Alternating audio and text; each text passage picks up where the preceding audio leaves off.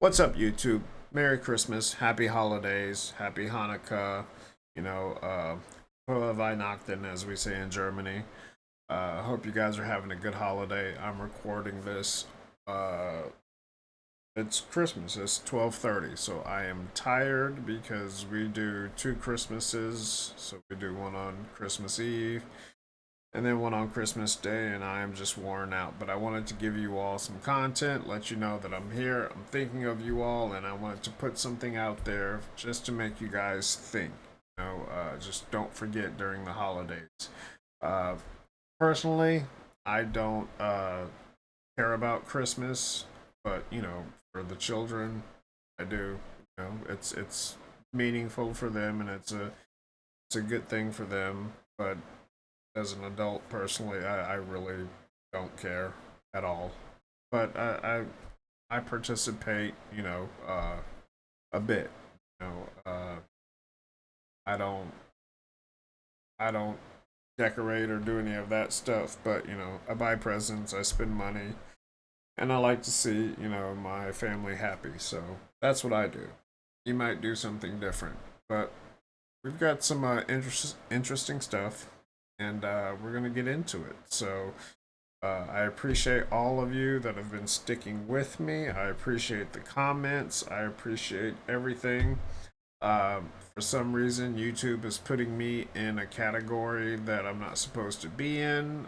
They're putting me in auto categories about cars for some reason, and every time I try to switch to put my videos in entertainment, it just goes right back. So I'm pretty sure they're trying to shadow ban me. So if you're having issues seeing my videos, please say something to me. Please let me know so I can attempt to remedy this issue, because I've been trying, and I've had a couple of people tell me that things are hidden from them and they're not getting notified. So it happens, and I'm sure it's because of what I'm saying and the content that I'm putting out. But I'm not the only one putting this kind of content out. I'm sure that I'm probably the only one with the experience in this kind of content, or one of the few with the experience in this kind of content. And my opinions probably, aren't what they want people to know. They try to hide all of this stuff. We already know we've been indoctrinated. We've been, our pineal glands have been calcified. They're trying to keep us at a low vibration. They're trying to keep us as workers and not thinkers. So I want us to be thinkers. Anybody can be a worker, but be able to think, to be able to come up with stuff, that's the real thing. That's what we're trying to get to, is the truth. That's all it is. It's the truth. No matter what the truth is. I don't care what the truth is. I'm just trying to get to the truth on various topics, many subjects. And I've gotten there on a lot of them. There's so much more to go. Even with my travels and my studies, I still have more questions. So, if I do, I'm sure other people do. So that note, let's get into a couple of things that we're just gonna have at it. The question arises, what is the drawback on this history? Why does it keep being withheld? What's the big idea about it? Why is it being held hostage? That's the question. Why can't it be expounded on? 100 years prior to the 1600s? 300 years? 500 years? 1,000 years? Why is that information not being revealed? What's the big secret? What's the mysticism about it? What you're going to come to realize is that your identity is the biggest kept secret on the planet Earth. You thought that NASA and the space station and the secret missions being conducted by them, you thought that was the biggest kept secret on Earth. No, this is bigger than that. You thought that the government and the CIA and the FBI hiding information about UFOs and Planet X and Nubaru and aliens, you thought that was the biggest information and biggest kept secret. No. this is bigger than that. The elite Confederate has spent billions of dollars and constructed an innumerable amount of psychological stratagem to ensure that you never received and acquired this information that's about to be put out. You're about to receive pertinent information from some of the most reputable biblical scholars, historians, and archaeologists. And they all know something that you don't know. And that's your identity. Ham, the youngest son of Noah, born probably about 96 years before the flood, and one of 8 persons to live through the flood. He became the progenitor of the dark races, not the Negroes, but the Egyptians, Ethiopians, Libyans, and Canaanites. Wait. The churches and the pastors, which are set up by the government, all teach in unison a doctrine that all black people come from the seed of Ham. But once you open up scholastic sources, you'll find out that the biblical scholars say something totally different from what's taught in Orthodox Christianity. What do they mean by Ham is the father of the dark races but not the Negroes? The Negroes themselves are a dark race of people, so how can you say that Ham is the father of all these dark races and exclude the Negroes? What are the biblical scholars trying to convey? What the biblical scholars are saying is that you're not African. There's only 4 families, according to the Bible, that make up the native population of Africa, or the land of Ham. And the biblical scholars know that you don't descend from any one of those 4 families. In order to write that in a scholastic and academic book, the biblical scholars have done extensive and thorough research on both the so-called Negroes and the Africans, the native Africans. And they came to the conclusion after the extensive research that the Negroes don't have anything to do with the native Africans at all. They're 2 totally separate people. In the 1840s, Morton collaborated with George R. Glyden, an Egyptologist, who provided him with mummy heads and information about the racial significance of Egyptian tomb inscriptions. In Crania Aegyptiaca, published in 1844, Morton pointed out that both cranial and archaeological evidence showed that the Egyptians were not Negroes. In 1840, Dr. Morton was trying to find out the racial origin of the so-called Negroes that were in America in slavery. So he got together with the Egyptologists, which supplied him with the mummy heads, and what he did was conduct an extensive research on the cranial remains of the heads in Egypt, in contrast to the cranial remains of the heads in America. And what he found out is that the Negroes that were in slavery were not Africans. He found out that the skulls were 2 totally different types of skulls. The Negro's head was longer than the Egyptian head. The physical characteristics from the outside look similar, with the thick lips and the broad nose.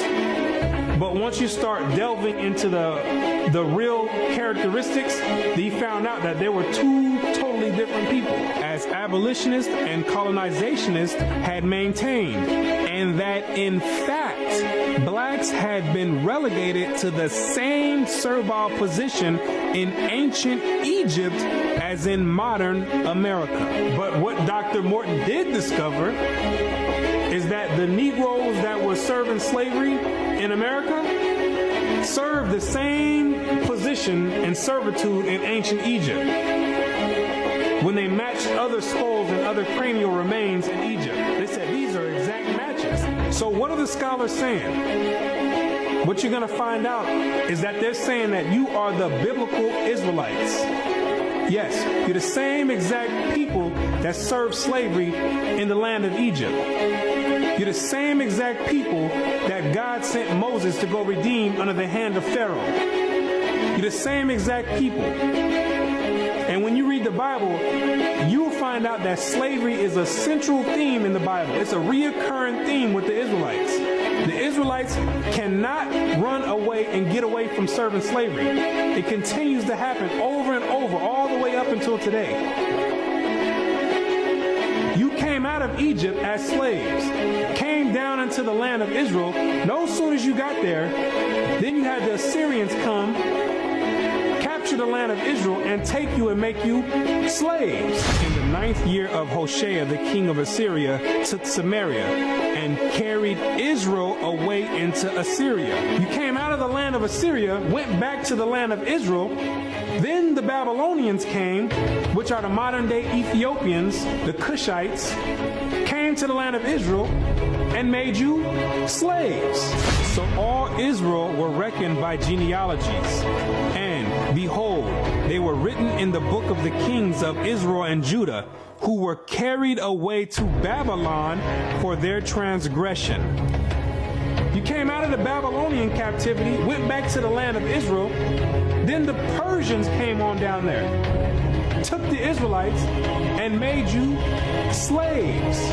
For we were bondmen, yet our God hath not forsaken us in our bondage, but hath extended mercy unto us in the sight of the kings of Persia. You came back from the Persian Medo captivity, went back to the land of Israel, rebuilt the temple up.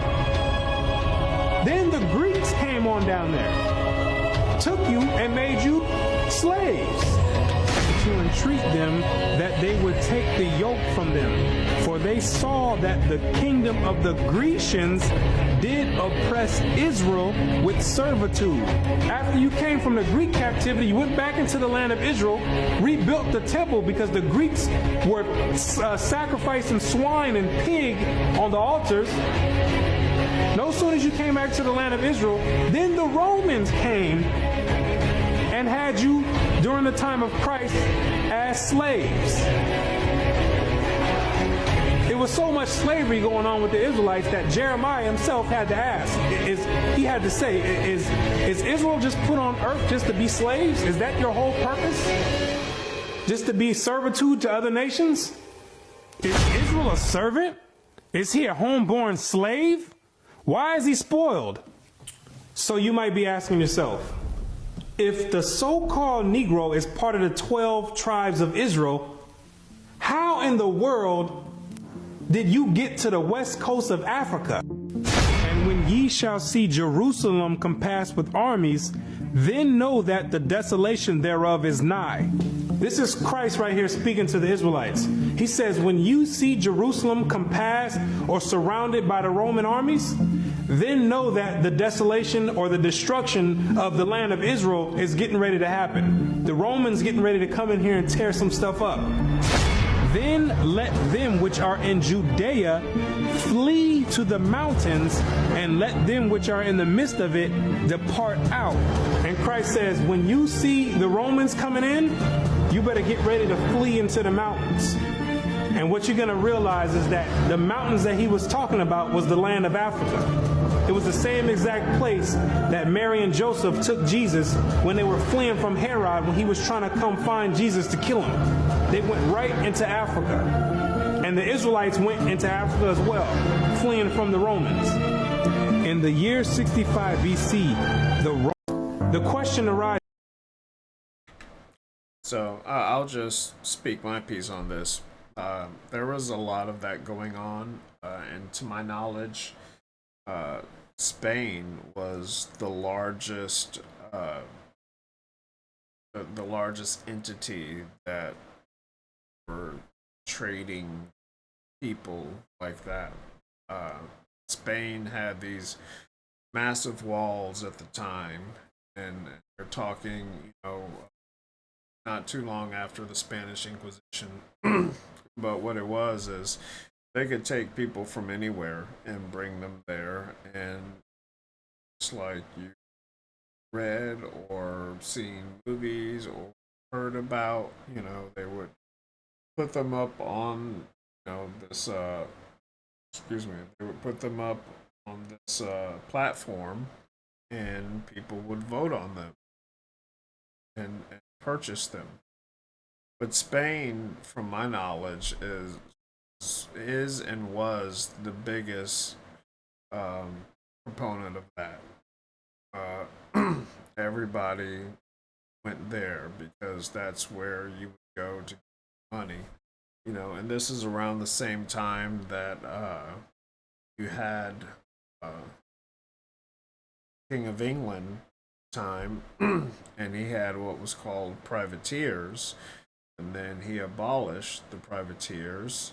So, being that they were basically transients as privateers, they turned into pirates. So that's why pirates were world renowned, and they had their own code, but they had no real home because even though their home was technically England, they weren't there because once England broke off their their deal with Vatican Catholic Church, that's when everything started to change. That's when privateers became pirates, and that's when it got more natural. Really, it was more natural. You didn't have nobody cared about the admirals of England, uh, people, and they were all over the tons of them. They picked up people from all over the world and brought them all over the world. And so they would have different weapons from all over the world. A sword from Germany, a pistol from Norway, a pistol from England, a musket, from Scotland. Shooting, when they ran out of uh, actual rounds to shoot, they could stuff forks and knives and everything into a musket, and just because it had a massive wide end on it, they could just shoot that and just shoot a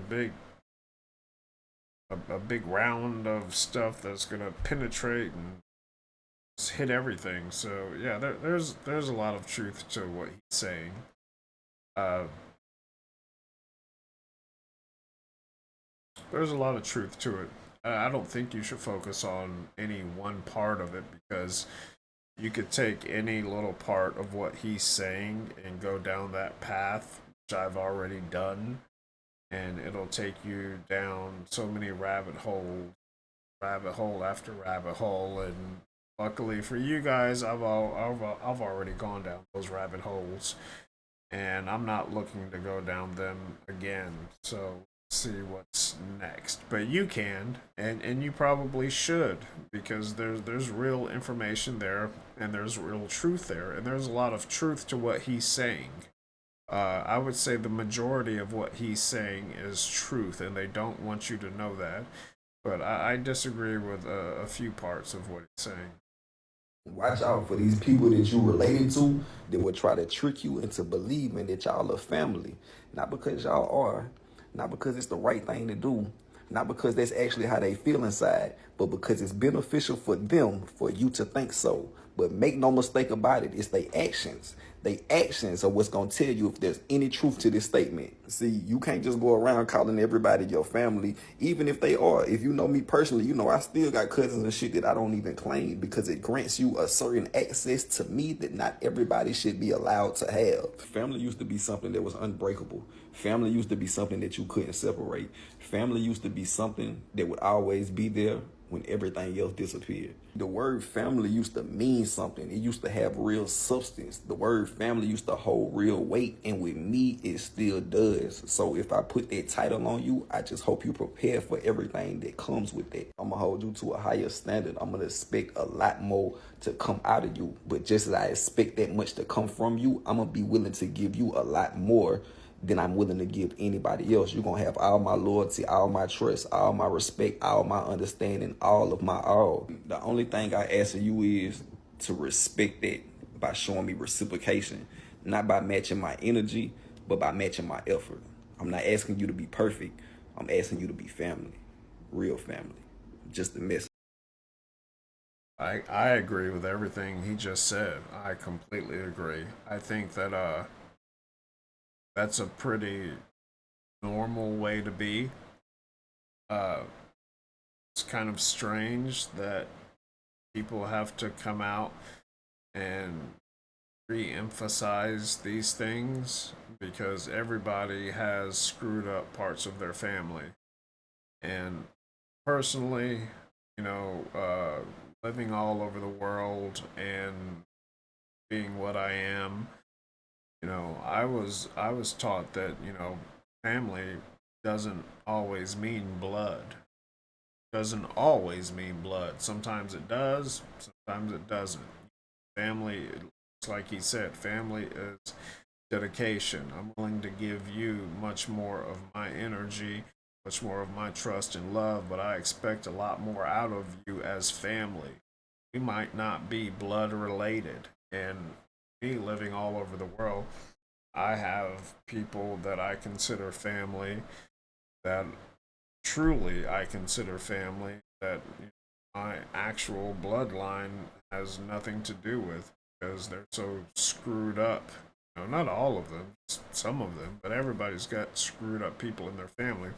But even the ones that are in my bloodline, you try to help them, you try to be there for them, but you've got to realize that at some point, when you're trying to help and they're just taking, and you're giving, then that's a one-way streak, and you've got to get out of it. You've got to break that cycle. You've got to stop it because they're just going to take from you. And that can be family, and that can be anybody.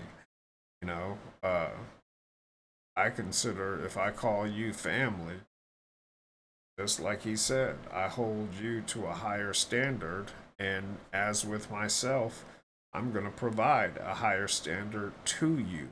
If I call you family, that means I love and trust you unconditionally. Doesn't mean I'm going to do anything for you, you know, but it does mean that I'll give you more of myself than I would anyone else. But I'll also be much more real with you and give you more chances and help you more than I would somebody that I don't call family. And it does not matter what race, what blood, none of that matters in the slightest. It matters the bond that we have. If we get to the point to where we see each other as family, then there's an expectation there. There's a big expectation there. And I feel that a lot of, the younger generations today don't have that. They have, they just have no honor. They have no respect. Not even for their own kin, let alone for their friends who they want to call family. It's just the words don't have that meaning to it like it does with, my generation. And I'm sure the generations before me said the same thing, you know. But definitely with the younger generation, the words just doesn't have that meaning behind it because they use it so loosely, so freely. You can't just throw that out there any way you want and just say, "Oh yeah, your family, blah blah blah." No, that's earned. You have to earn that, and that's the thing about love and trust and family. It can take a lifetime to build, and it can take a split second to break. So I agree with what he said. It's just weird that someone like him has to say this for people to remember that. That should be a part of the structure of who you are as a person. But it's not like that with most people. Unfortunately. See what else we've got. I haven't seen these, by the way, so these are just as new to me as they are to you.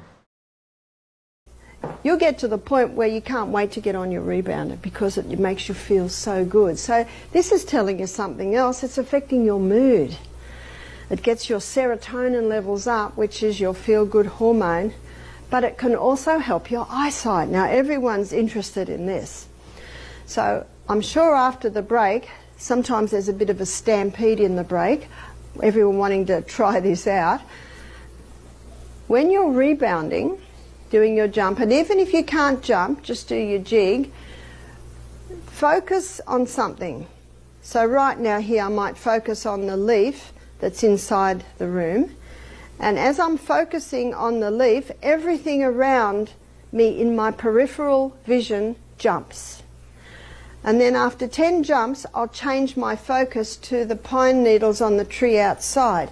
And as I'm focusing on those pine needles, the leaf on the plant inside, it'll be jumping. And every 10 jumps, change your focus, change your focus, change your focus to things in the house, to things outside the window. I've got some hanging pots on my veranda, so I focus on the hanging pots, and then after 10 jumps I focus on the tree behind it, and then the hanging pots jumping like this.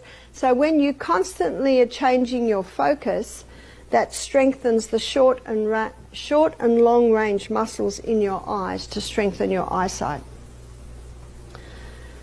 I've got a lady, she told me this story. She said she has a friend who's a jeweler, and he was just starting to wear glasses, his early 40s. And she saw him a few months later, and he wasn't wearing glasses when he was working. She said, "I thought you were wearing glasses." Okay, I honestly don't know what she's talking about with the jumping. Sounds like cataracts to me.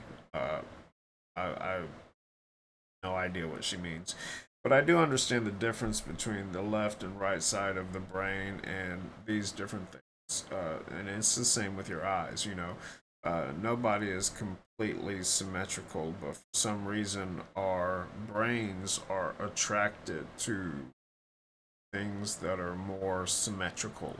It's just a part of the human condition. We're attracted to that. One thing that I used to do as a child was I'm ambidextrous, meaning, I do some things right-handed, I do some things left-handed. I can't do everything with both at all. For instance, baseball, golf, I'm a lefty. Basketball, football, righty. Writing, I can do both. Shooting, pistols, I can do both very well. It doesn't matter. But I used to make an actual effort. I was taught at a young age to work both sides of my brain. And then when I got older, and this wasn't that long ago, this is maybe about 12 or 13 years ago, I found out about the gateway experiment. So you're talking about, different hemispheres of your brain, and I did that. I did that experiment on myself, and I did it to the fullest extent of it, and it's hard to explain what it was at first, because it was like unveiling of sorts, but then there was so much unveiling that it became natural to me. So I did that to myself, and you can go to CIA.gov and the research on that and figure out how to do it. That's what I did. I had the frequencies, I had the tones, I did them. I really did them. I didn't just listen and not do anything. I really did them. But like I said, I've learned how to meditate, like truly meditate. Not only like what you hear about people talking about transcendental. I don't know what you would call what I do, but I'm able to just within maybe a minute to a minute and a half, I'm able to be elsewhere, my consciousness. And it took me a while to get there. It didn't just happen like that. It took me years to get there. But yeah, so I'm a big proponent of working everything, because I don't want anything in me to lax. For instance, I am an engineer, I am an architect, but I'm lacking in creativity. I'm not lacking, but I'm not as creative as I am analytical. I'm extremely analytical. and I see people, and I love art. I love art. I love beauty. I love nature. I love beauty. And I see the things that people can create, and I just adore it. And I could never do that. You know, and it's probably bad for me to say I could never do that, but I've tried. I used to draw, I used to do things, and, you know, I won a couple of small competitions as a child, but realistically, those were just children's things, and I was just good at that specific part. But as I got older, I just was horrible at it. Like, I know people, I have a buddy who actually drew my face. He said, give me 60 seconds and I can draw you with pencil. And he drew my face to my neck so exacting. And I was like, wow. And he was like, you should see what I can do with 5 minutes if I had my stencils. This is just a pencil. And I framed that photo and I have it on my wall to this day. You know, I was just like, wow, you did it in 60 seconds. That is amazing. So yeah, you know, I know that one side is always greater than the other. One side is gonna be, uh, the more used side, the more comfortable side, but it just depends on what you're doing. Like for me, if you ask me to golf or bat right-handed, I'd look like a lunatic swinging at the wrong stuff at the wrong time, timing's off. But if you ask me to throw a football or shoot a basketball, right hand, or throw a baseball, that's another thing. Throw a baseball, right-handed. Hit a baseball, lefty, all the way. And I hit hard. Big home run hitter with baseball. But that kind of came into, but I'm also when it came to Muay Thai and martial arts, uh, I didn't know it at the time. I didn't know that it was strange for somebody to go southpaw in the middle of a fight. I didn't know that, because I started so young and I didn't know that that was a strange thing to do. But, I would need an entry point and need to get to the side, and this side's not working, so I switched to this side, and then that would confuse them, and then it would be an easy win for me. So, and then as I got older, I learned, that wasn't normal, but that was just how I was, and I agree with what she says. You should work. As you get older, things start to age and diminish. Your telomeres start to get a bit smaller the older you get. So there's nothing wrong with what she said. I don't really know about the jumping she's talking about. Like I said, that just sounds like cataracts to me, something, or stigmatism. You know, I don't know. I don't see when I look out of my peripheral. I don't see things jumping. I see them. I hope most of you don't either. You might want to go to an ophthalmologist if you see things jumping. Let's see what else we've got. We found a network of pedophiles among a global network of people who were selling kids back and forth to each other, trading them like candy. My name is John Paul Rice, for the people watching that may not know who I am. My friends know me. I'm an independent film producer. I've been in Hollywood for... I'm going to go ahead and skip this. I haven't seen it, but I see the comments, and you heard his name, John Paul Rice.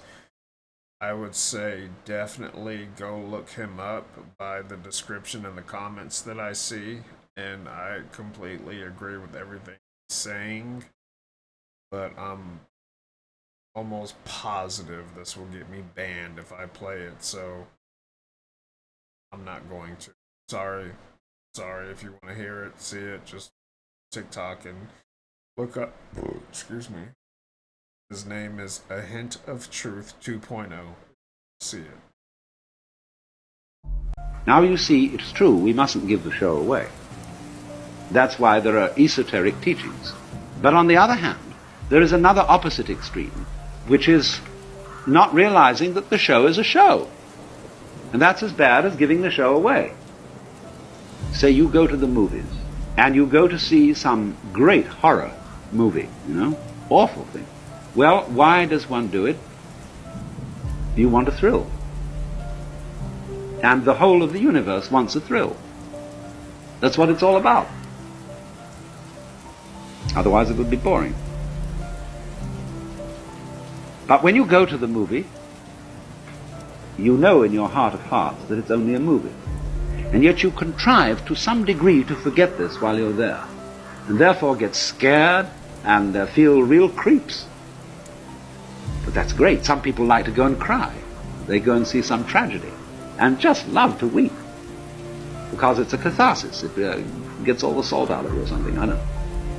So you do this thing, and it is, we can say it's vicarious. Yep. But that is the spirit of showmanship, of play. So one might say then that it is possible in this life to attain a sort of metaphysical courage in which you really know deep within that the most harrowing experiences that physical existence can offer are a show. Now this is the what you might call ultimate nerve. And for example, when the samurai in Japan studied Zen, that's what they wanted to get. They wanted to get ultimate nerve so that absolutely nothing would faze them. So there is a poem which says, "Under the sword lifted high, there is hell making you tremble. But go ahead, and there is the land of bliss." Don't hesitate. Don't be blocked. Don't be fazed, nonplussed by the illusion. Now you would say, well, that's all very well, but I can't bring myself to that. I start to shake and I can't stop it. It's not to do with my will. And no amount of gritting my teeth, clenching my muscles, exercising my willpower can get rid of the shakes when I am really scared. That's true. But you must remember that the secret to all this is not to be afraid of fear.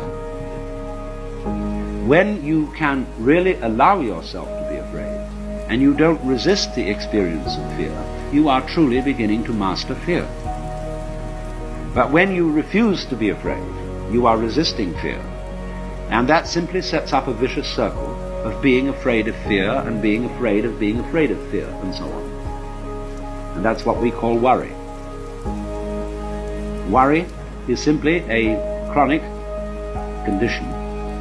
And people who worry are going to worry no matter what happens. Because when one possible threat is exterminated, they will immediately discover another. Because worry is an infinitely skinned onion. And you can go on and on and on, because the moment you reduce the size of the onion and you get your worry down to about this, suddenly your whole sense of distance and size changes. And because you're looking so intently at this little onion, it fills your whole field of vision and is once again a big onion. See? You start peeling that down. But as you get another one about this size, then it enlarges itself in your judgment and your sense of values. And once more it's colossal. Now that's always going on.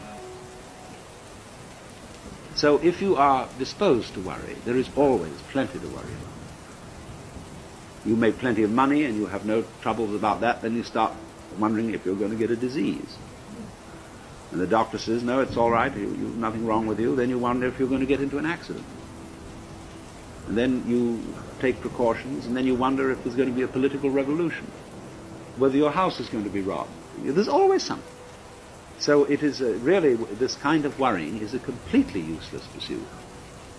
And yet, we feel a little guilty if we don't do it. Because it's somehow put into us that a proper amount of worrying is showing a good sense of responsibility. You're concerned. And all people, you might say, who are socially conscious are concerned. So when we say, I'm concerned, it means I have a frown on my face. And I'm worried about you, about the nation, about the war, and so on. Concerned. And TIk said, religion is ultimate concern. I am concerned about the universe.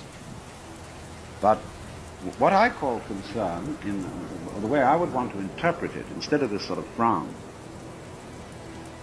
is something more like amazement. In other words, that existence is extremely peculiar. I can't explain this feeling because I don't know quite how to ask a question about existence so that I could be said to be wondering about it in some sort of clear thinking way. It's a very nice thing to consider to yourself that if you were going to have an interview with the Lord God and you would have only 5 minutes and you might ask one question, what would you ask? And you've got plenty of time to think this over in advance. And you realize, question after question, say, no, that's not really the thing I want to get at. Not that. Like, do you exist? God would say, well, of course. Yes, here I am. Am I having a hallucination? No. Well, how can I be sure that this isn't a hallucination, you see? And then you reject all that sort of question. And when you finally come down to it, you don't know what to ask. There is a sort of question in your mind, not so much a question as a questioning. A feeling of, it's all unbelievable. It's amazing. I wonder at it, I marvel at it. It is a miracle that there is anything. But that feeling, you see, of the marvelousness of being is what I call, or would want to mean by TIk's phrase, ultimate concern. It's also love is involved in it. See, that's the part of the problem of an abstractionist culture such as ours. As I indicated, we are not materialists, we are abstractionists. A materialist is a lover, and therefore is somebody related to the present. Because you see, you can't love except in the present. So, if then you try to obliterate fear, the fear that black may win, you're working in the wrong way. To attack a fear is to strengthen it. Because immediately you feel guilty if you don't succeed, or you feel inadequate. But fear is something that arises naturally and spontaneously under certain circumstances, just as you will feel warm if you get near a fire. And you can't go up to a fire without some sort of self-hypnosis and then say, well, I refuse to be warm. There's something a bit weird about that. On the contrary, it is very natural to be afraid. And so if you don't try to knock it down, you don't try to make yourself over into some sort of preconceived idea of what you ought to be, then you're on the track. Now, So, if you don't know who that was, his name is Alan Watts. Beautiful soul. Absolute magnanimously beautiful soul. And intuitive, intelligent. And I'm not talking about IQ. I have my own thoughts on IQ. I was a 16-year-old Mensa, but I don't think that has anything to do with intellect. It has to do with certain subjects. He is one of my favorite people. The way he speaks and the way he puts things, and if this, you know, resonated with your vibration, I would say definitely look him up, because this isn't even partially as good as most of the I've heard him say. He says a lot of amazing things, and there's a few people in the world that do that, and I'll be introducing them slowly. Um, like I said, spoonful at a time. I don't want to shove it down your throat. I want you to get used to it. But look up Alan Watts. He's got he's got talks on everything, just like Dolores Cannon. Amazing people that not only have hindsight but foresight, and not just, you know, physical sight, but they seem to be able to see into the different light spectrums that our eyes prevent us from seeing into. Some of us can see from time to time into percent of the light spectrum, and usually that seems like some kind of a glitch or something. I'll just call it a glitch for simplicity's sake. But Alan Watts is definitely one of my favorite people ever exist. And I listen to. I can't think of anything I haven't listened to that he spoke upon. I used to just play his stuff on my AirPods and go to sleep listening to it, because everything he was saying just resonated with me. And I don't know if that's just me, as in who I am. I don't know if everyone would resonate with that, but it would seem odd if someone didn't. I would kind of think, you know, maybe there's a bit more going on there, maybe some kind of mental condition. Not to be, not to be negative at all, but just maybe there's some kind of thing that you can't control that's blocking you vibrating with what he's saying. It's not resonating with. Might be something there, a blockage that's preventing that. But yeah, that I'll always. I haven't heard him say, and I've listened to hours and hours and hours and things that he's talked about, and I have yet to disagree with any of it. But that's me. That might not be you. That's just me. 10 years ago, I became vegan out of choice because I decided out of compassion that I did not. Let me preface this by I understand that a lot of people think that Daryl Anka, the guy who plays Bashar, is a snake oil salesman. But I also want to preface this by saying that there are certain universal laws out there. And if you've watched any of my other videos, you'll see that I've talked about I've died 3 times technically, but one time I was dead for almost 2 hours, and I was already covered in a morgue. So my experience led me personally on a different trajectory that I was on before that happened. And I know that there are certain universal laws that just are. They just are. This isn't religion, this isn't physics, this isn't anything. These are universal laws that just are. And I said this before, and I'll say it again. I can't explain how I know certain things. I just came from a place of knowing. Uh, when it all calmed down and out of the hospital and back home, over the next few weeks, really, it was just knowing. It was just knowing. It's not belief, it's knowing. And I started to think that,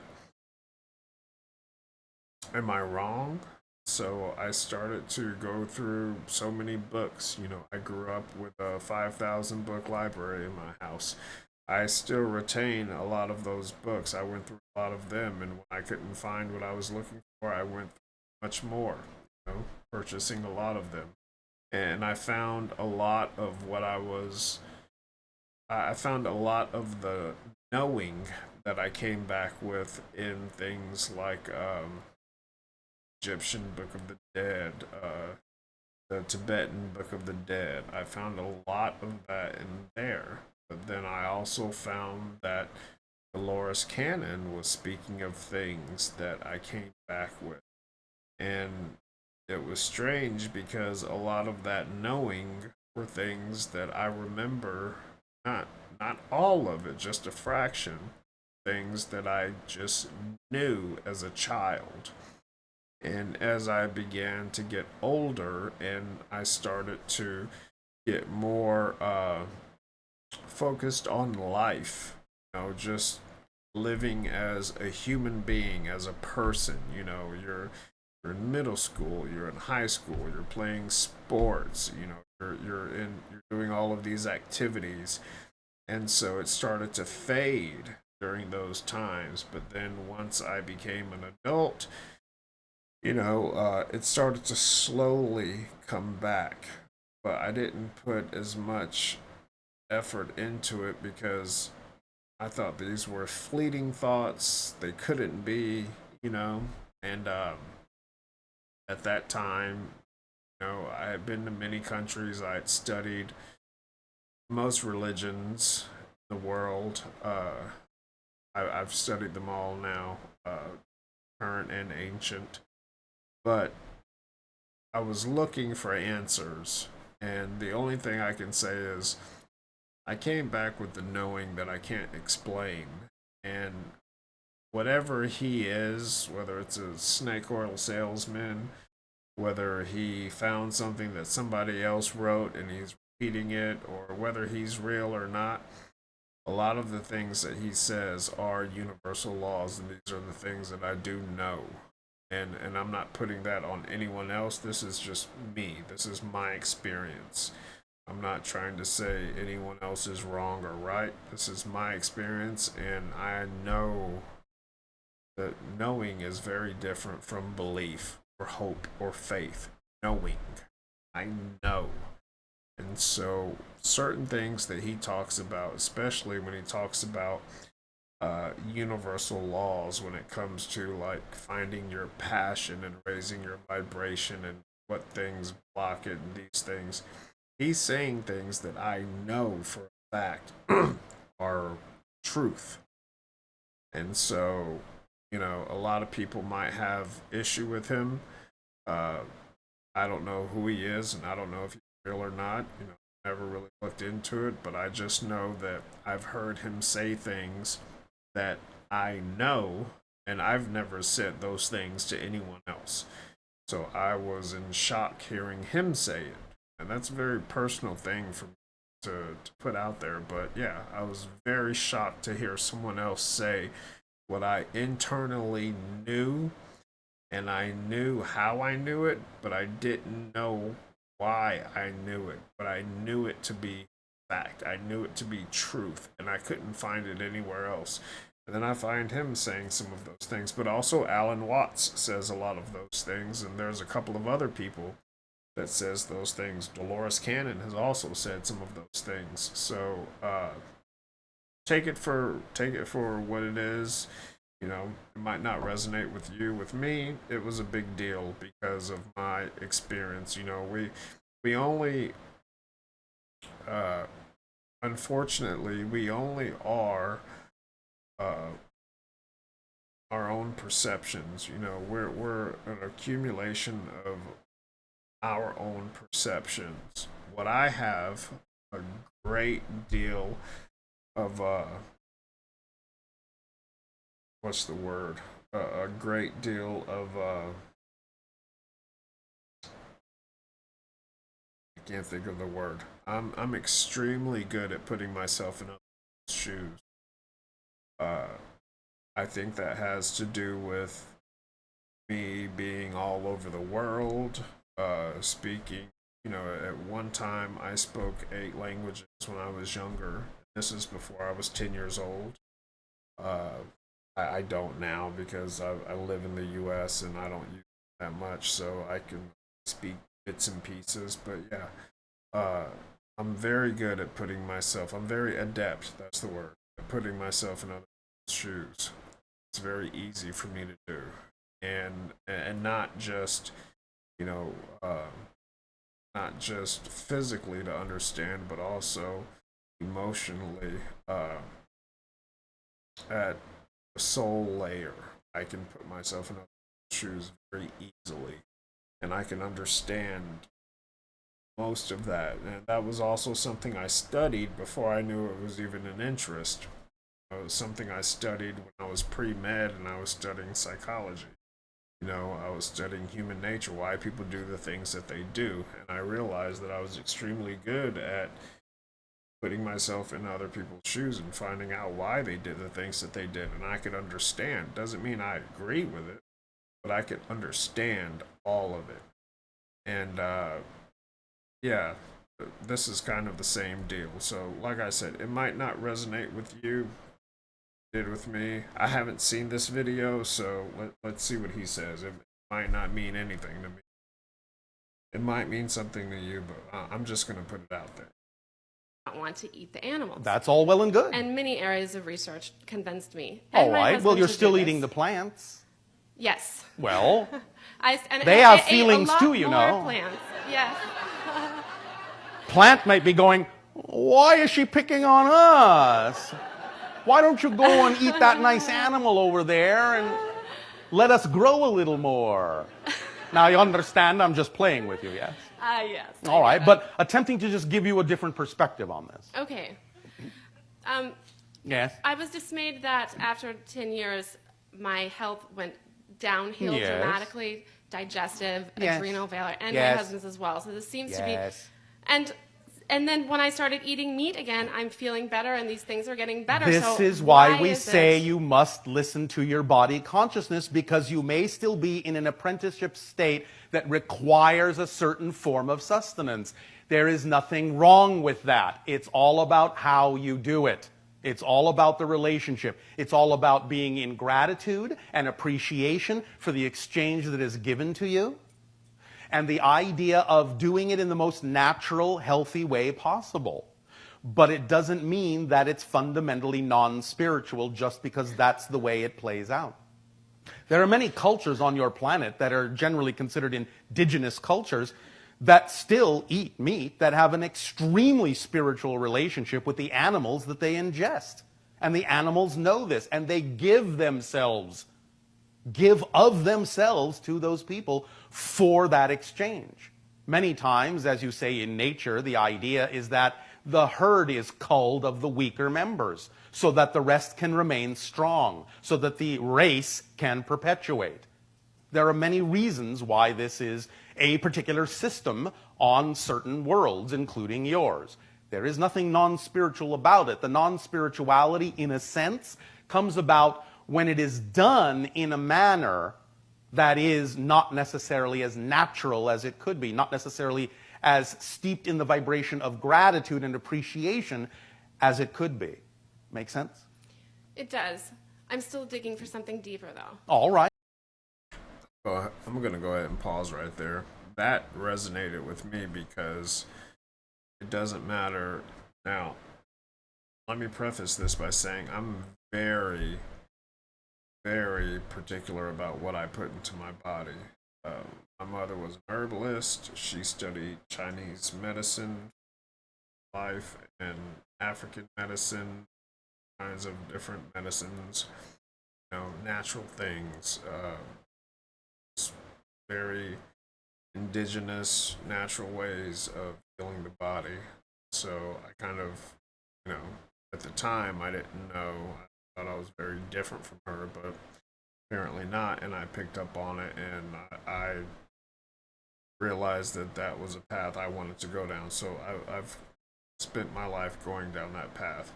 This resonates with me because I Europe, I don't have to worry about what I'm eating because we have laws. And I've said this many times in my videos. We have laws that don't allow, 8% lead in water, or GMOs, or 12% insect parts in every square inch of chocolate, like they do here. These things. That might not be exact the last one, but the rest are. But yeah, so I'm very particular about what I put into my body, and everything I put into my body, whether it's a plant, animal. When I eat, I give thanks.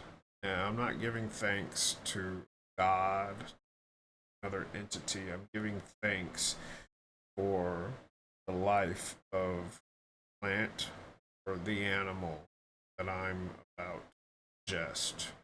And it's just thank you for being sustenance that I need. Thank you for your sacrifice. Even though I wasn't the one that took the life, something that I do is just personal to me.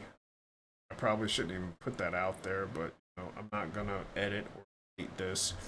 It's just something that I do, and people will see that. They'll see my hands go up, and I give thanks, but I'm giving thanks to what I'm about to ingest as nutrition for myself, for my body, my sustenance. I'm giving thanks because it's all alive, plant or animal. That's all. Sorry. All right, let's dig. Why is it healthier to eat animals than to not eat animals, as this has been because your body is in a state where it requires that kind of protein in order for cellular cohesiveness. Because your belief system at this point, being that it is still strongly connected to the general consensus reality of what kind of chemistry you need to reflect in order to survive in your reality, requires that certain chemical interactions take place in your body that are representative of certain energetic reactions, and thus then sometimes you still require certain chemical reactions to be representative of the energetic state that you still may be in, as you have agreed to be part of the collective consensus reality at this point. Did that make sense? Yes. Are you sure? Was that deep enough? No. All right. What else do you need to know? Why must we consume? I mean, I look at the animal and I don't want to eat the animal. I want to cuddle with it. Want to be friends with it. Yes. Why must I consume it to be healthy? Like, it's a little heartbreaking actually making that choice again. All right. Because I didn't want to. It's not a must. Okay. Ultimately, it's not a must. However, what you need to examine is, why are you having chosen to be in a state where that seems necessary for you at this point? Why have I chosen to be? Yes. Obviously, it was a choice to be in a state where you would require that kind of sustenance.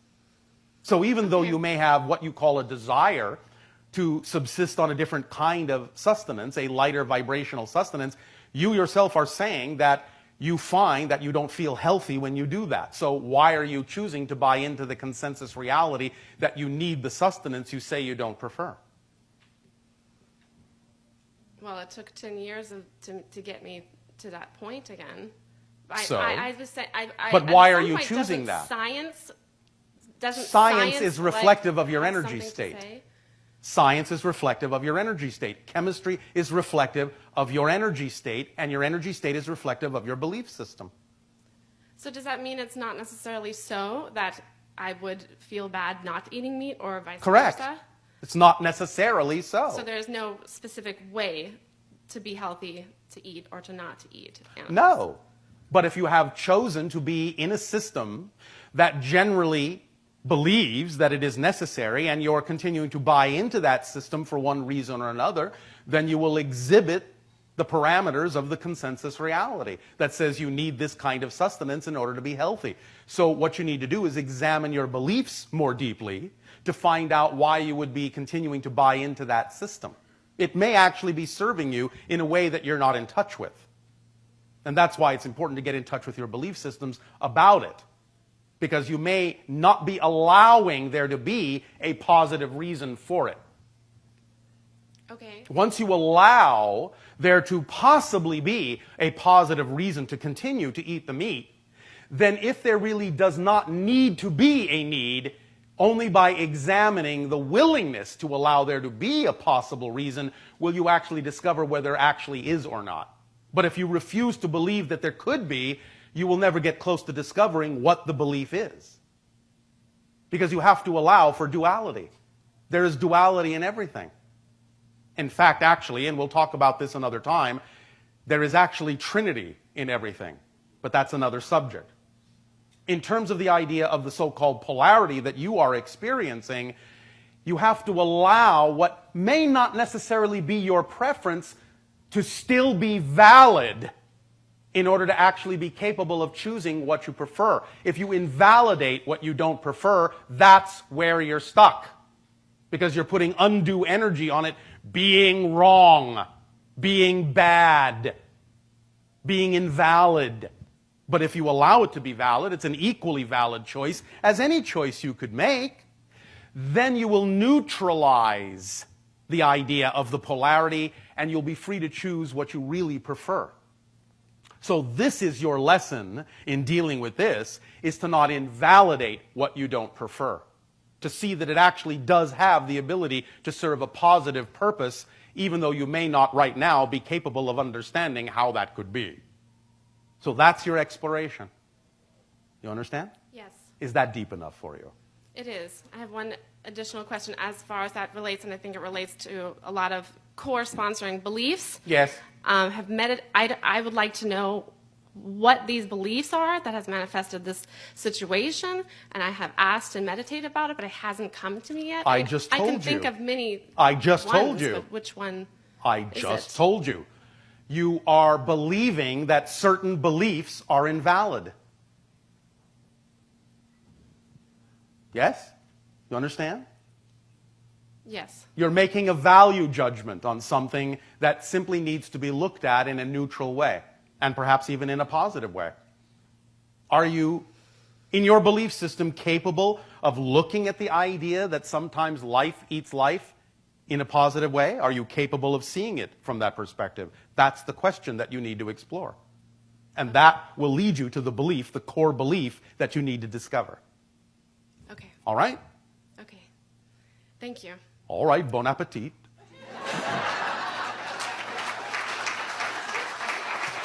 Ten years ago, I became. So I thought that was beautiful. I mean, that he's talking to her like she's a child, as one would. A lot of us have to do that in our fields, where we're experts in fields, but we have to deal with people that aren't, you know, technically inclined in our field. Talk to them like children, and he does a wonderful job at it. But that's something to think about, you know. Like before I played this video, I was speaking of the difference of knowing versus belief, you know, and my experience before I had that experience, there were certain things that I just knew. I couldn't explain it, but there wasn't that many things. But my beliefs, much more vast, you know, with my experiences of the world, reading every religious book I came across, you know, going back millennia, actually, thousands of years I went back, and I formed a specific belief system, and then when I died and came back, all of that was gone. It was just knowing. And I no longer had a belief system. My belief system changed to knowing. And it's not difference in belief and knowing is that knowing I can show it, I can prove it, I can do it. Belief is more like, you know, I know I feel it, but it's a bit one sided. I can't prove it, I can't show it, but knowing I can. So I like what he said. Yeah, your belief system could hinder you in your belief system. Something else that you truly don't believe in, but you invalidate that belief because of your own belief system, could cause you negative issues. Yeah. Os caras acharam água debaixo da água. I'm skipping this already because I do not speak Portuguese. I'm not going to sit here and think that's Portuguese. I'm not going to sit here.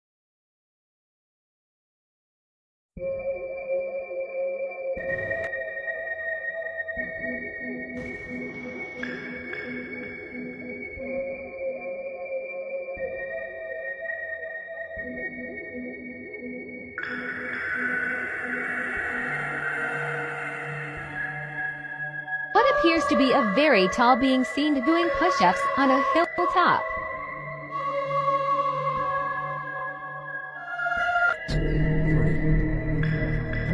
Oh, what the crap? Is that a guy? What the frick? What was that? Dude, that was a skinwalker. What? I videoed it. What the frick? I'm gonna get my dog. That was a skinwalker.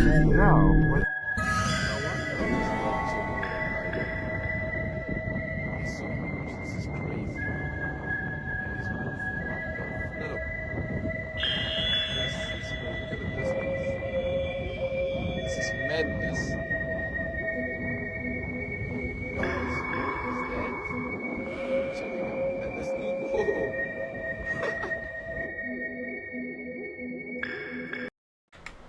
Okay, I'm gonna stop this here, but I love that video. I'd seen the second one, but I hadn't seen the third one or the first one, and I would personally have to have the raw footage to be able to bring it into a photo editing program to see that there was nothing altered, but that looked extremely real to me. The one on the mountain doing push-ups I've seen before, and I've seen the other one from the guy that was showing something similar in another part of the US, and then all this weird stuff started happening with him. But that one doing push-ups and the one in the army, I've seen. There's another video out there of an army training program going on at night. I can't. It's in the U.S. I can't remember where it is. I keep thinking Ohio, but I might be wrong on that. But you see all of the regular soldiers. You see them maybe anywhere from 5'8" to 6'2", and then see three people dressed just like them walking, and the tallest soldiers come up to their waist, just above their waist. They're massive, just like that one was. I have zero doubt that that's real. Zero. The one on the mountain, zero doubt that that's real. If that was fake, that would be extremely hard to do. You're talking about wind, you're talking about weather, you're talking about that high up on the mountain. If you were a person, if you were a normal sized human on that mountain, you would be very tiny at the top of that mountain. The same thing with the one on the islands. I had never seen that one before. One with the water. It seemed like they were on some kind of a bit of land around a delta or something. And same with them. When he zoomed out, as far as he zoomed out, yeah, if those were normal sized people, they would be little specks at that range, at that distance. Yeah, I know. I used to target shoot. I've looked through scopes a lot. I've seen that kind of distance and how things look, and that's just awesome. I believe that, I've said this before. I believe that we've had races of giants many times, and I'm not talking about just excuse me, a few people. I'm talking about different species. These are species. We've had different humanoids here, for so many millennia. Different races of giants for so many, different things that are so gargantuous that it's hard to fathom, but had them and been indoctrinated to not believe this. We've been indoctrinated to believe that what we see with our own two eyes and what they shove down our throats is all there is, and there's so much more out there.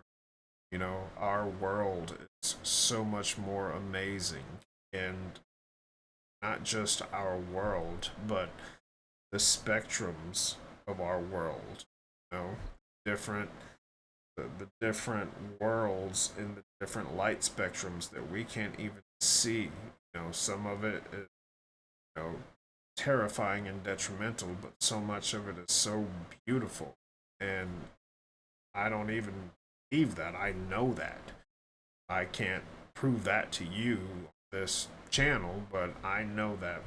I know that we've had different species of beings that are that large, and I also know that that there's a lot out there that we don't know about. But I still think there was a big change. Something shifted with where we are in time, around 2012. I still believe that, and until I'm proven wrong, I'm going to keep believing that. But we've had a lot of different things going on, and like I said before, everybody's seen the video of an object at the sun sucking radiation or sucking plasma from the sun, taking off. And there's another video on December 21st, 2012, when a massive